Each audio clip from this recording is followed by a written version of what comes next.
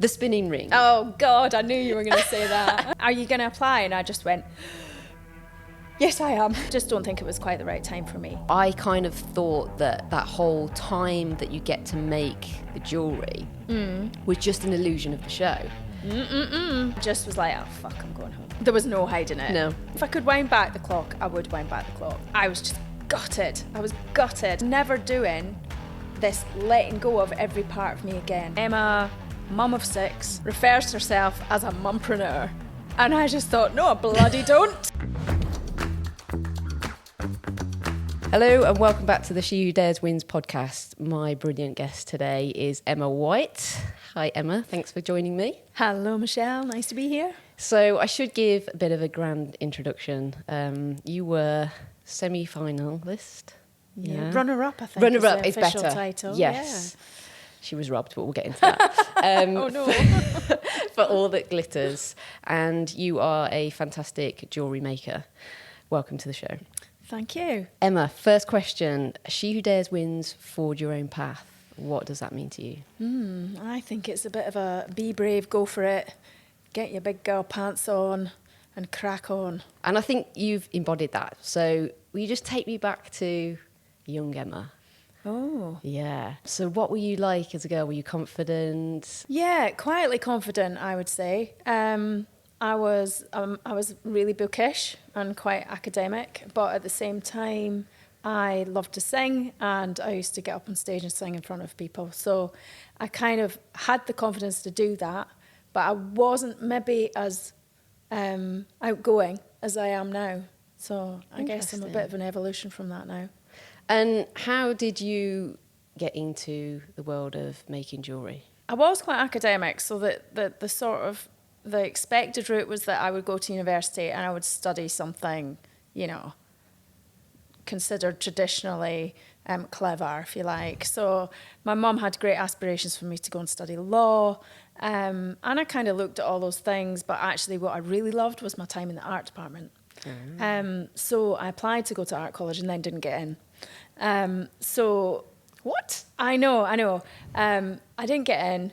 In Scotland, there's only 4 art colleges, and it's really competitive to actually get into art college. It was at that time anyway. I assume it probably still is now. So I'd been offered a place to study maths at Edinburgh and Glasgow and all these like really nice prestigious universities. And then also had an application for art college on the go.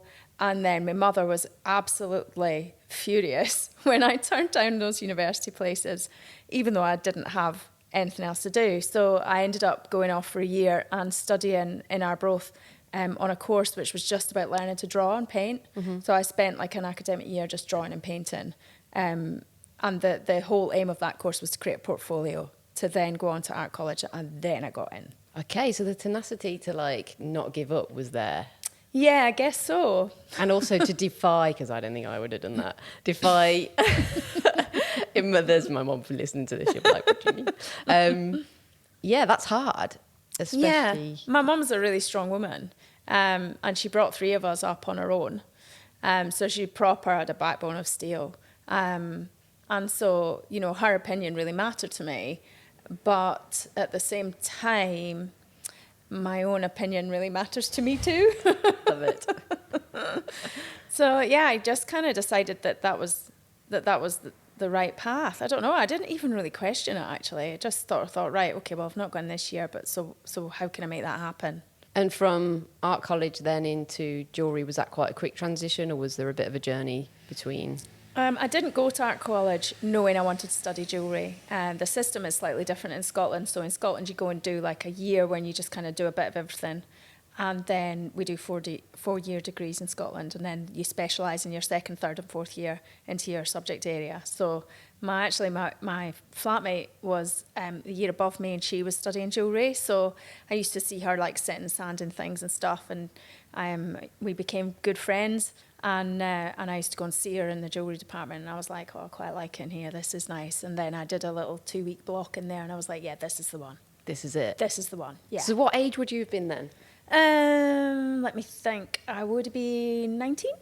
Okay, so quite early on then. That's Yeah. Yeah. Yeah, but I just loved it. I mean, back to my mum again, obviously a big influence in my life. She's a really glamorous woman, and she was always like fully made up, you know, and she always, like when she went out on a night out, she's a really beautiful woman, my mum, and she's just always immaculately dressed, makeup perfect, and great jewellery on. So, you know, when you look back kind of before that decision was made, there was always a grounding in kind of the aesthetics of adornment. So I guess it was kind of always there.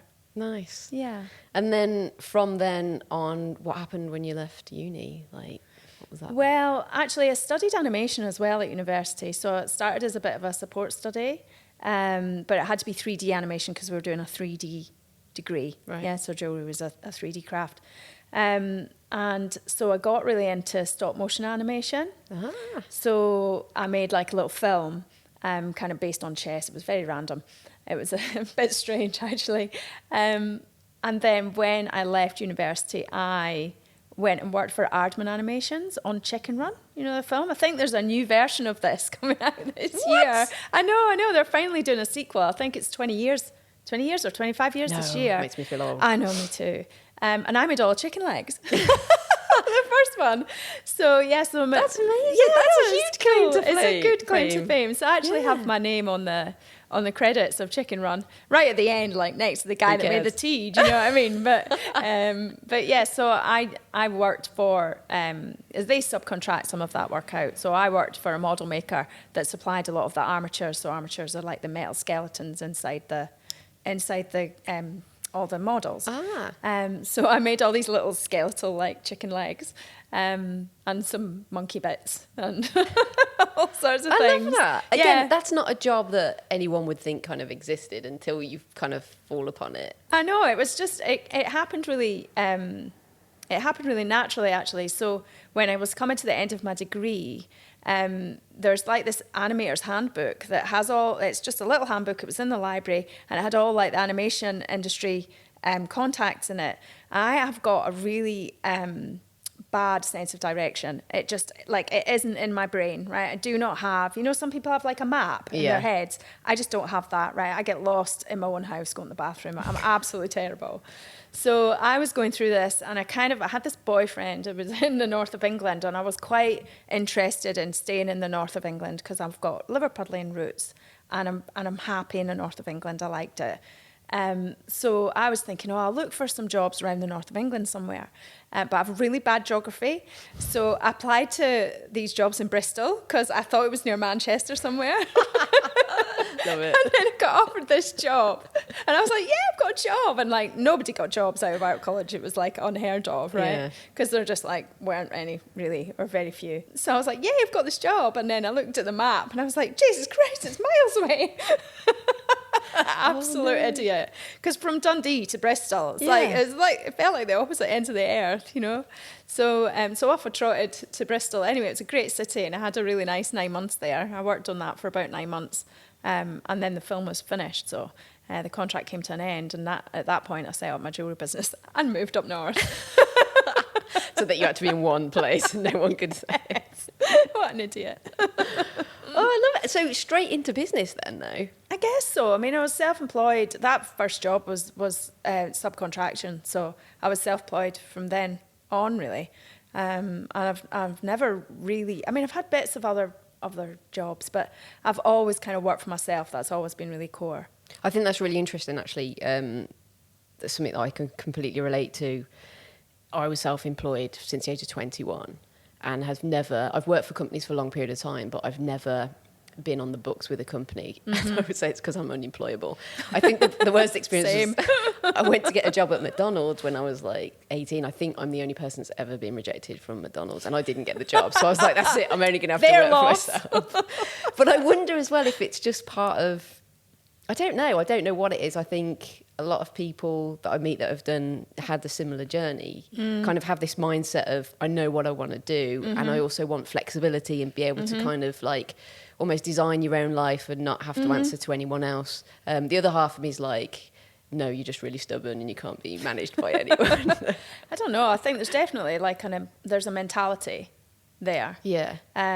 You know, and sometimes you meet people and I think, no, they've got more of an employed mentality, or they've got more of a self-employed mentality. Yeah. And I think there's something around that that's about boundaries.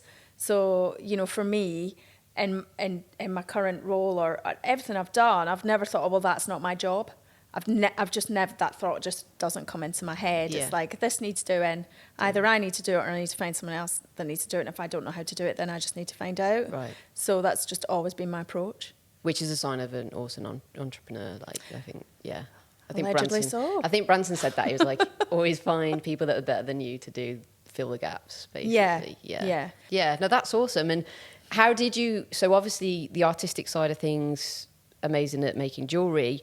The business side of things, you say, you've just got to crack on and do things. Like, how was that? And doing it quite early on, like you were in your 20s, right?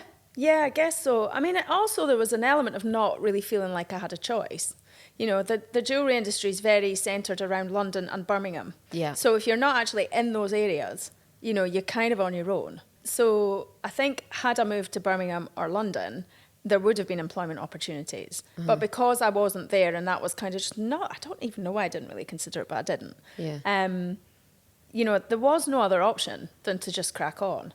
So that's what I did. So I just started making jewellery, and I just kind of cracked on trying to get it into galleries and seeing if anybody liked it, really. Yeah. Well, Yeah. obviously they did. Yeah, they did. Which kind of brings me nicely, obviously there's a gap here between there and then getting on All That Glitters. So how did you get on the show? I went on the second series.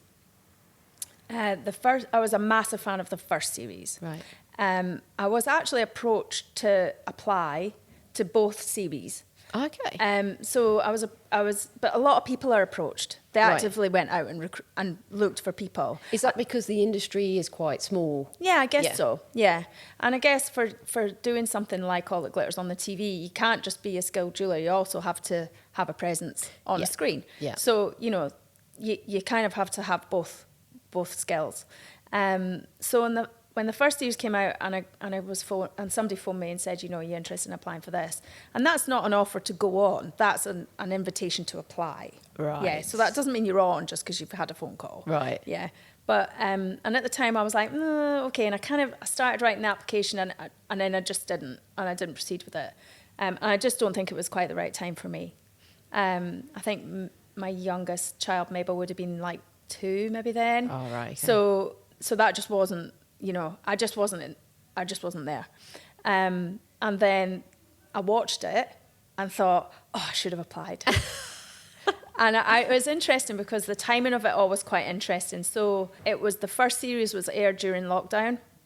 And when the final came out, lockdown was the first steps of lockdown easing. So I've always taught jewellery classes. And while we were watching All That Glitters, I had a WhatsApp group with my jewellery students, and we watched it in sync. Oh. So we weren't actually together, but it was kind of something that brought us together, and it was lovely. And so there was lots of like chit-chat and banter going on and talking about the jewellery, and they asking me about, how do you do this and how? And so there was lots of that. So that was really nice. It was kind of social, although we were all in our separate houses. And then the day that the final was coming out was actually going to be our first class back. It was the first time that we were allowed to get together again in a group of 6. Do you remember all these rules? Oh, it just seems bizarre now, doesn't it? So we were going to have this class, and then someone went, but it's the final of All That Glitters. And I said, right, I'll tell you what we'll do.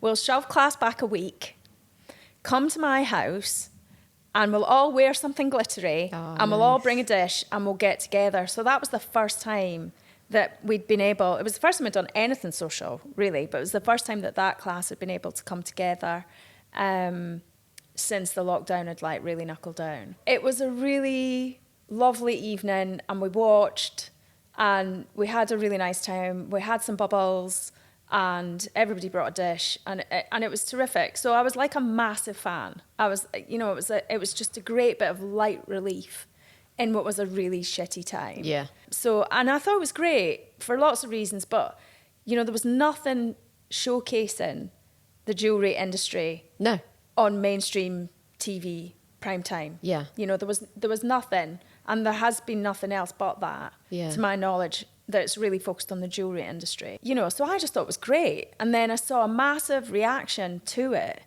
when the classes then kicked back in properly, we had so many people come through the door into classes saying, I want to learn jewellery because I watched this thing on the telly. Right. And so we saw loads of people, a fresh influx of interest in learning jewellery skills. So I was like, well, this programme's amazing. I absolutely loved it. Even when we were watching the final, my students were like, you've got to apply this year, you've got to apply this year. And in my head, I'd already decided that I was going to apply. Nice. And then I started getting phone calls because they were recruiting. And finally, I got a phone call from this one guy, and he just said, look, stop, like, just, you need to just apply. Like, we want you to apply. Are you going to apply? And I just went, yes, I am.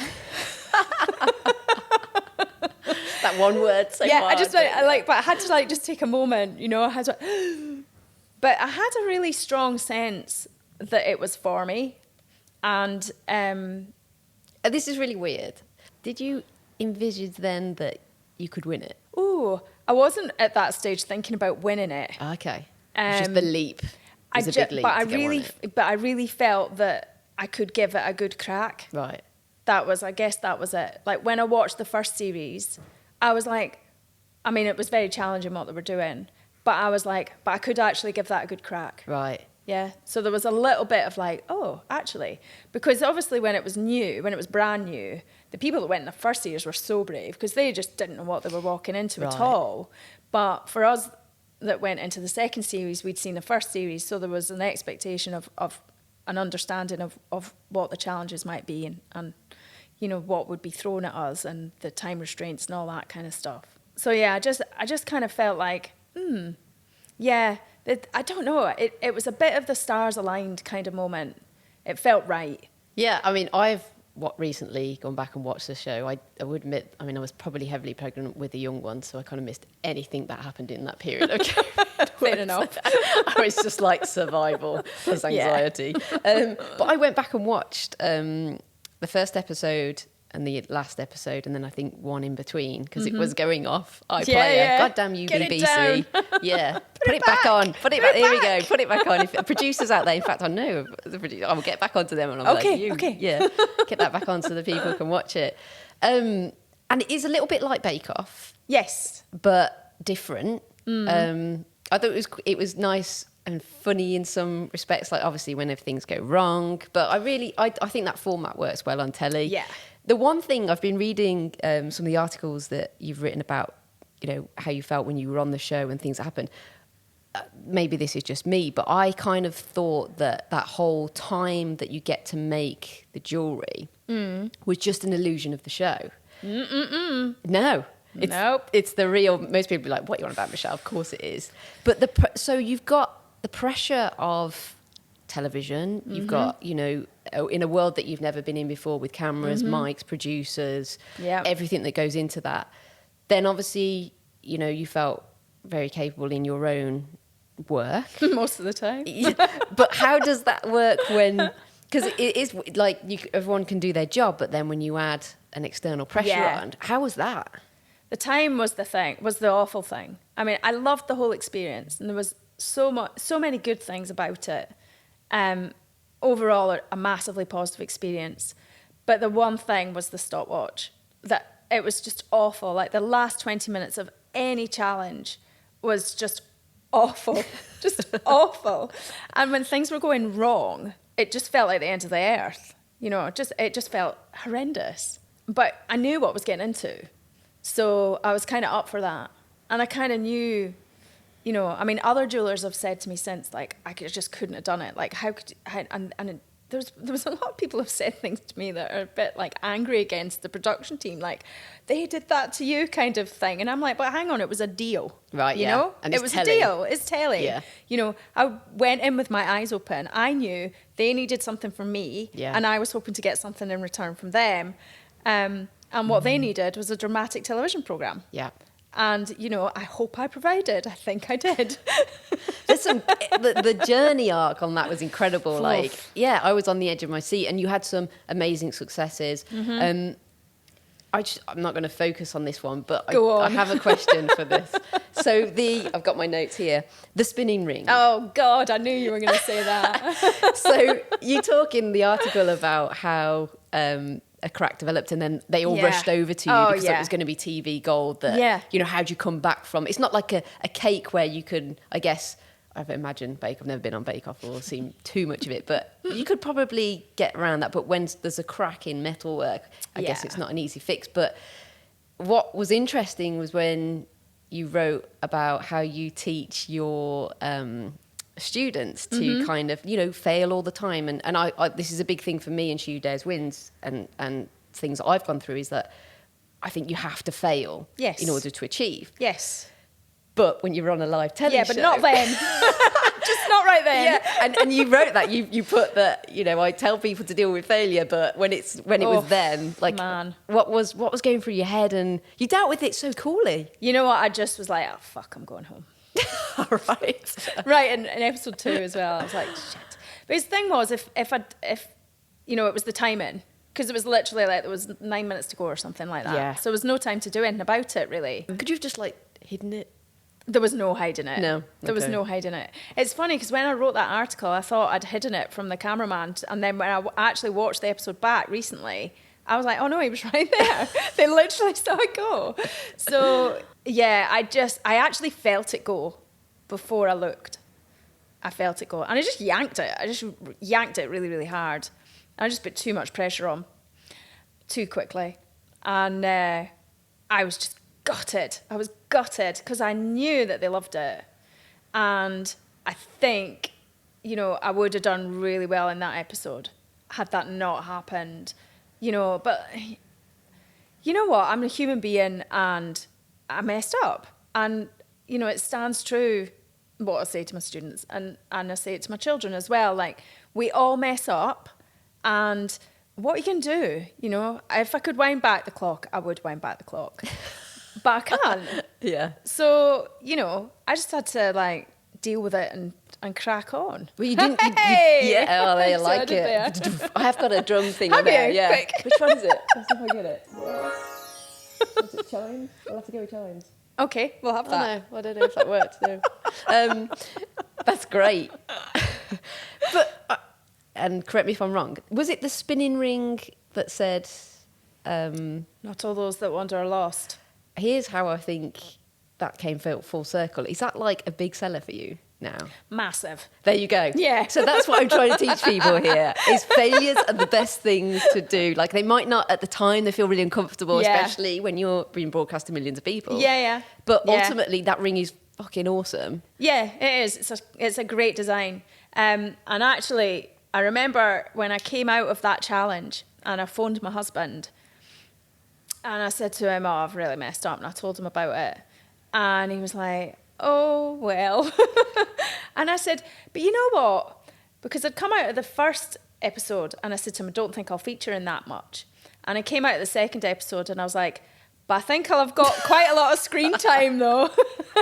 So, you know, you got to flip things, haven't you, and look Yeah. at the positive. And I did. And I was, they did these little clips as well. And I was the clip, Yeah. you know. Maybe if you hadn't have done that and you'd have just like sailed through. Yeah, maybe that, like, because everyone wants to fight for the underdog. Yeah, and that was definitely the narrative. That was Yeah. how they played it. Yeah. One of the producers told me that. Yeah.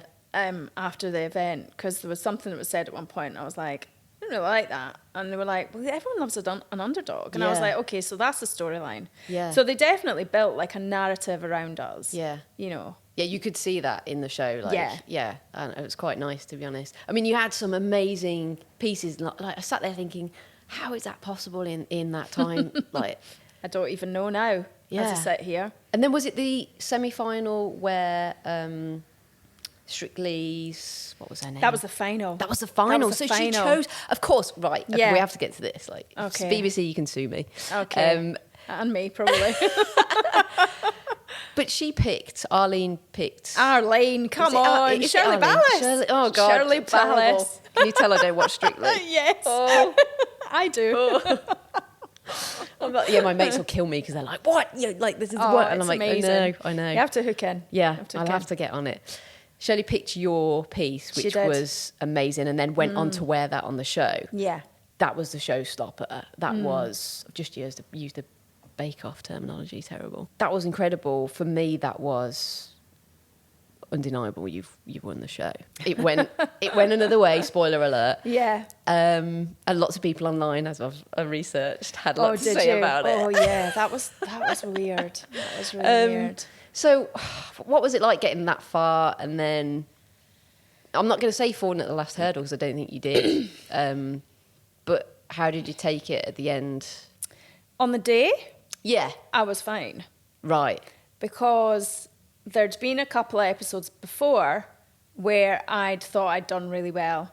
And when the choice was there between me and Piers, they plumped for Piers. Right. And so I kind of knew Right. the way the land was lying before we got there. I knew he was strong. He was strong 'cause he's a talented guy. I didn't go away upset. Because you kind of already knew. Because I felt like I already knew who was going to win. Because Piers was strong, consistently strong, whereas I was much more of a roller coaster. Yeah. So I had like real highs and then I had a couple of real lows. Whereas he was always, I mean, he had things he messed up as well. We all did. Everybody had disasters, to be fair. But he was really consistently very good. So I knew there was no shame in losing out to Piers because he's a really talented guy. Yeah. But we're quite different. We're quite different. So it was like, it was just interesting to see. So when it got to the final, I won those 2 challenges. I was just like, okay, well, that's interesting. I've just made that decision a bit tougher for them. And I think that's probably what I did. Right. And all I did was just make the decision a bit tougher. So the show ends. I just want to come back to something that I read again in an article that you wrote about being on the show. There's a lot that goes into a show. There's a lot of coming out of COVID. You were pulled away from your family. You talk about how you had your first holiday planned with your husband and your kids, and then filming got set back and you had to basically just not go on holiday. And that's hard to deal with, as well as the pressure of the show. And then I take it you had your business at the same time, that you're trying to juggle all these balls. Like, how was that? Did you cope well, or? Yeah, I mean, it was interesting because I'd always been, the person in our relationship that had, managed the family and, taken on a lot of the like traditional female stuff. Yeah. Which kind of started out because obviously after you have a child, your other half's there for a couple of weeks, they go back to work. And then, I was therefore taking on a lot more of the household stuff. And then that kind of continued, as it does for a lot of women. And my husband and I had to kind of shift all of that around in order to allow me to do the show. Yeah. And I actually think that was quite difficult at the time, but it's been really good for our relationship in the long run. Yeah. So he's taken on some of the chores that I used to just always take on, and he's a lot more he's more aware of what's going on at school and all that admin. So that's like a full-time job in itself. Yeah. Huge. So I think from our relationship point of view, it was a really good thing. The thing about the holiday was hard. Now I could have gone for a few days. I couldn't have gone for all of it because we were literally filming for the last 3 days of our holiday or something. So I could have gone right before, so that was my choice rather than something that was forced on me by the show. I didn't go for the first half of the holiday because I was like, I actually need to practice. Yeah. So that wasn't something that was that was my decision to make, to not go on the first few days. I just kind of thought, this is such an opportunity. I have to just really go for it. And my husband absolutely got it. And he was really supportive, but at the same time, he was really gutted. I was like, bye. Have a nice time with 3 children on your own in a motorhome. See ya. I get it. I quite often, I do the same to my husband. I'm like, I'm filming a documentary. And he's like, what? And then I'm like, oh, it's in Spain. See ya. But actually, it is really interesting because I suffered quite badly when I did. We made a film on the girl that rode, Laura, who rode across the Atlantic. And I went out to Spain for a couple of days to film that. And I hadn't really been away from my kids because of COVID. And Teddy was born at the end of COVID. So I'd not been away from the kids or him for so long. And I remember landing, and I'm a really adventurous person. We just go traveling and do whatever on my own, even though we've been together all these years. I felt so much mom guilt. Mm-hmm. And you talk about that in that article. And you also talk, which is really interesting, about how you kind of and correct me if I'm wrong, but you felt like your identity was, you know, first and foremost being a mom and having that role to fill. Mm-hmm. And then the show came along and it was kind of your place to shine. Mm-hmm. And was that like a reminder of not losing your identity, but, oh, hold on a minute, there's more to me than just... Because I think a lot of women will resonate with that. Mm-hmm. And a lot of women, unfortunately, don't get to experience that. And years pass and then maybe resentment kicks in. And you talk about being able to have, and I'm so passionate about this relationship shift, like now, and I know it's hard for a lot of people, but when Teddy was born, my husband, because he's got a very flexible job, had 3 months off. And interestingly, Teddy still thinks that he came out of Tom.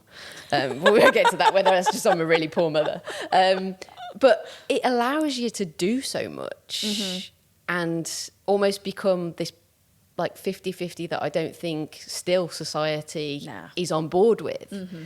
And I wouldn't change it for the world now in the balance that we have. And it's not always perfect balance. Mm-hmm. But it was so interesting for you to say that, because I think a lot of women need to hear that you were also you before kids, before being a wife. And so do you think that helped you post-show to kind of just like come a little bit back to who you were and not be afraid to kind of put that out there? Definitely. I think what was really interesting about it was that there was this narrative built around me that I didn't necessarily see at the time. And then when I looked at it, watching it, I was like, oh, actually, there's a lot of truth in that. So that narrative was that I spent all my days thinking about other people. So not only in terms of my family, but also in terms of like my teaching. And also on my website, I sell other makers' work as well. So I was always prioritizing like sorting out their product page because, you know, I was trying to look after them. Yeah. And then with my students, I was trying to like nurture their creativity and look after them. And then I'd go home and I'd have my children, I'd be looking after them. And I'd kind of got a bit lost somewhere along the lines. Or rather, my creativity had definitely got lost somewhere along the line. But I wouldn't have described myself as that upon going into the show. But when you see yourself reflected in somebody else's vision, and then you realise that that's actually got a lot of truth in it, that's really weird. Really weird. And that sort of process of realising that there was a lot of truth in that was really helpful in me making the decision that I wasn't going to let that happen again. Yeah. That I really needed to hang on to the creativity that I'd been given back by doing the show. Because what it did was it did force me to like take a step back from a lot of things that I was doing. You know, and at one point I did actually close my website down. Right. On my part of it. I took all my products off because I thought I can't do that and this. Right. And so I did actually like step back from that. I carried on teaching, but I was like, I've got to just turn my products off for a while. Which is crazy. This is post-show. This is while we were filming. Right. So I turned off those products because I was like, I've just got to practice. Right. This, I think, was on the run-up to the semi and the final. I was like, just got to practice. And then when I came out the other side of it and watched it, which was a whole other journey to the filming of it, I was like, okay, I'm never doing this. Like, I'm never doing this letting go of every part of me again. Yeah. I just can't do it. I need it, like oxygen. Yeah. And ultimately, do you think it helps in family life? Because I feel like when you start to live a bit more authentically and you find yourself again, it just affects like how you are at home, like with your kids and your husband, like because you are who you are and you've not lost a sense of self. Yeah, it is really interesting. It's something I'm massively passionate about. Same. Trying to help other women to kind of like achieve that, and it is difficult. It is. You have to have really hard. You have to have a really on board partner. Yep. But it can be done. And then post show, I'm guessing a lot of interest in your work and those products shine. And yeah, I mean that was mental. It didn't really kick off until the final went out. And when the final went out, my phone just went mental. And I have a little cha-ching thing set up whenever I get a sale. On Shopify? On Shopify. Yeah, me too. I'm like, it's like a dopamine. It's great, isn't it? I know, it's amazing. In the workshop, we all go, woo! and it just went nuts. It just went cha-ching, cha-ching, cha-ching. But we'd had quite a long period between finishing filming and the show coming out. It was like a year. So I'd had quite a long time to actually prepare what I wanted to sell. Right. Because I'd come out of the process of filming the show and thought, I don't want to make that stuff anymore. Okay. Like, I'm somewhere else now. Yeah. You know, I've moved on. So I'd kind of cherry-picked some of my favourite pieces from the show, and I'd developed collections around them. And so I was kind of releasing them as the episodes were coming out. Obviously, I couldn't release anything before. It would have been a bit of a spoiler. So I was releasing them like as things came out. So I was actually, I was beating myself up at the time thinking I wasn't prepared enough, because obviously I always create this ridiculously over-ambitious to-do list that I never ever achieve. But looking back, I was actually very well prepared. So people were watching the episode, for instance, where I made, the Fatima's hand from the Barbie hand, became a really key collection for me. And literally, as that episode finished, I'd go, launch. And it'd go. And it'd be on the website. So then people would go, oh, who's that girl? And they'd find me. And then they'd be like, oh, look, she sells them. Nice. Cha-ching, woohoo! There's the business mindset right there. Yeah, absolutely. So, because it was such a massive undertaking, and I loved it, and it gave me so much, and it gave me so much in the way of like personal development and creative development. But, I did have that goal that I wanted to actually like benefit from it financially as well. That's the whole point. Like, why would you not? Yeah. Raise profile. Yeah. So that was where the business brain kicked in, I guess. Nice. Yeah, it was good. Yeah. Yeah. They did, slightly let the producers off. Yeah, I know, exactly. As long as it all comes good in the end. Right, there you go. See, you can't even say it, and you know why? Because it's not a proper word, mate. So we had this discussion about a dirty word. Mum. Come on, you're gonna have to say it because I can't. Mumpreneur. It won't allow me to say it because it's so fucking awful. Yeah. So was this something someone, like a title someone put on you, or? Yeah. I think it was in a press release that went out when we were filming. On the run-up to the release of the show. And there was like a little bio that was released. I think it was the very first thing that came out that was sort of announcing who was going to be on All That Glitters Series 2. There'd been a lot of chat in industry and stuff. Oh, who's going to be on? And I was sitting in the corner going... and it came out and it had the word mumpreneur in it. And then I think the first time that it sort of made me cringe inside was, I think the Scottish Sun did an article. Oh, God bless the Sun. God bless the Sun. About me, because I was the only Scottish person in the show.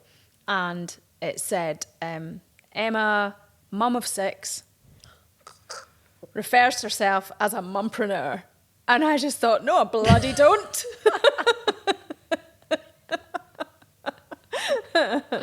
So, yeah, a funny one. I guess, it's going back to what we said. It's pushing that identity of like, let's just focus on, ultimately what you are, which is an artist, a very talented artist, a businesswoman. Why do we need? Yes, you're a mum, but why do we need to? We don't say that about dads, do we?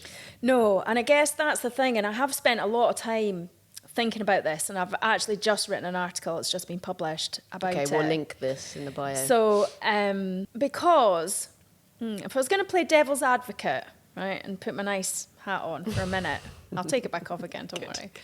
Good. I think perhaps the root of some of these words comes from a good intention of recognising what we do. Okay. As working mums, right? That it's bloody hard, right? Let's just... Okay, yeah, no, that's let's fair. think about that side of that, right, for a minute.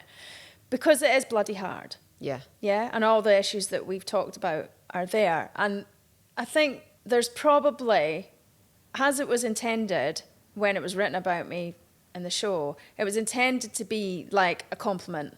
Like, wow, look at what she does. Right. Right? She runs the business and she's got 3 kids, or as the son decided, 6 kids. But I've got 3 stepkids as well, but I haven't birthed them all.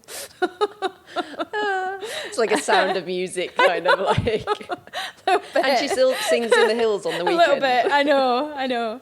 So, you know, let's just give that benefit of the doubt, right? So I think the intention in which it was used came from a positive place, bearing in mind that the show is actually trying to describe us all as whole people, not just as business people. Yeah. I think the issue that I have with it is that there's something about it that just says you're playing at it. There's something about it that kind of sounds like I'm knitting something while I'm pushing a baby with my foot, which is not possible because I've tried to like work with the kid in the corner and it's carnage and it's awful and you just end up feeling like you shit at everything. Yeah.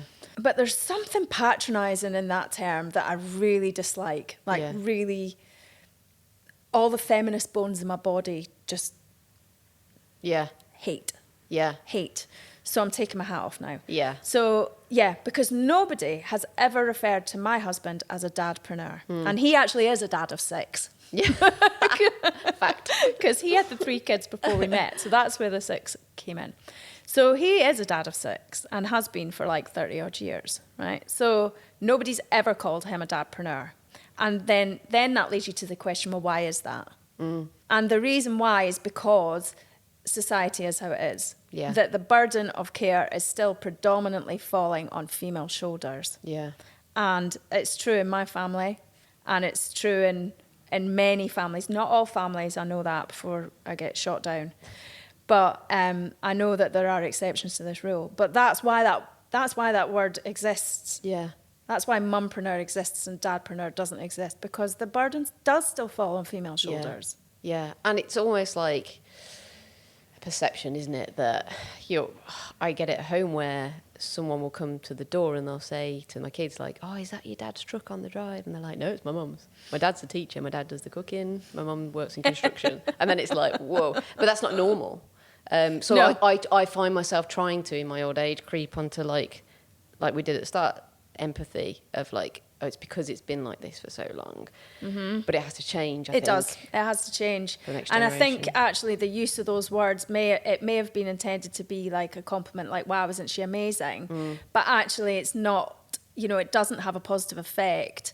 And, being introduced as a mumpreneur maybe didn't really bring the gravitas that I actually have as somebody that's been in the business for 23 years, with a first-class honours degree in a subject that's, won this award, that award, the next award, and, have all this experience behind me and a lot of skill. And I do wonder, did it do me any favours at the beginning? But I think, and I touched on this on my article I've just written, that actually ultimately, because I did so well in the competition and I kind of proved my mettle, if you like, that it didn't do me any damage in the long term, but I just don't think it did me any favours initially. Yeah. Well, it's about the show. It's about, why bring that in? And that is first. The mum is first. First, yeah. So it kind of does, if you're looking at language, it overrides. Yeah, it's dominant. It's what you hear first and then it has to change, I think. I also think that is just like newspapers. I also had an article in the Sun, or was it in the no, it was worse, the Daily Star. Ooh. And that was about how being pregnant on site and how that experience was, and they just titled it Mom Builder builds 2 things at once, or something along those lines. And I was like, well, I'm not a builder. I was really like, I'm an engineer. And that's not like anything against a builder, but it was just like, but I'm not like, and then I was happy for the exposure, but then afterwards I was like, ugh, like I'd wish I just never got written. Like, it's a funny one, isn't it? Because on one hand you're like, yay, I'm in a national newspaper. On the other hand, I'm like, oh God, mumpreneur. Ugh. Yeah. Oh, I wish I could. And I actually asked for it to be removed. Not from the Sun, obviously, it was too late, but from the press release. Because it wasn't until it was there that I realised it was actually in the press release. Right. And I spoke to the PR company and said, is that in my press release? And they were like, yeah. And I said, can we have it out? I don't like it. It doesn't speak to my feminist principles at all. Yeah. And they were like, yeah, okay, but it has already gone out. So it was a bit too late, really. Yeah, I think it's So a the way battle. we live in it, it's just the battle goes on with these kinds of things, really. So that was the story around that. Yeah. Ooh, dirty It's word. not on my business card. No. Let's put it that way. Entrepreneur in the bin. Well, I can't even say it, so that tells me. mumpreneur in the bin. Mumpreneur, yeah. God. I don't have entrepreneur on there either, though. Well, it's not the kind of thing you'd say, so why would you? Entrepreneur. Yeah. Play it really up yourself. Yeah. Entrepreneur. Yeah. God, there's so many other better titles. Yeah. No, I'm a designer goldsmith, apparently, after a great debate. Yeah. After a great debate, yeah. That's an awesome title. Yeah. Which leads me nicely to, not nicely, but we'll wrap this up, and you've been an absolutely amazing guest. I've learned so much from you. And yeah, I've been into Emma's studio and it's incredible. Anyone in the Leeds area needs to come up and visit and do some classes. Yeah, do some classes, come see the jewellery. Stuff, Got a showroom. Yeah. Buy stuff. Christmas is coming. Yeah. Oh, there is one thing. Here we go, because I always forget to do this. But I ask each guest, and it's going to be a little different for you because you sounded like you haven't strayed too far from who you were as a little girl, which seemed quite strong and, knew what path you were going to take. But looking back now on all that you've achieved and everything you've done, would you have any kind of words of wisdom for your younger self? Like, go study maths. Yeah, I don't think that would be on the done. list. Oh, words of wisdom. That's a tough one. I think I did all right, actually. Yeah? Yeah, just keep at it. Yeah, keep on at it, keeping yeah. on. Yeah. Yeah. Yeah, just pile through and Crack on. Yeah, crack on. I like that. We'll take that away. Amazing. Well, thank you very much. You've been absolutely wonderful. Thank you for having me.